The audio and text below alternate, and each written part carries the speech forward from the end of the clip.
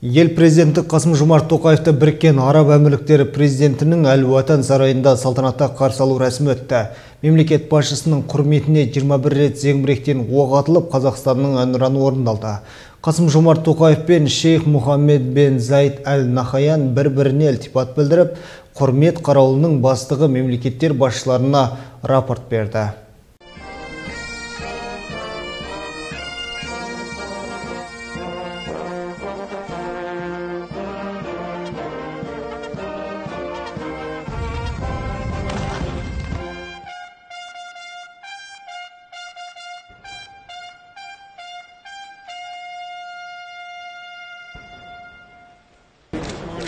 How are you today, sir? Fine, thank you very much.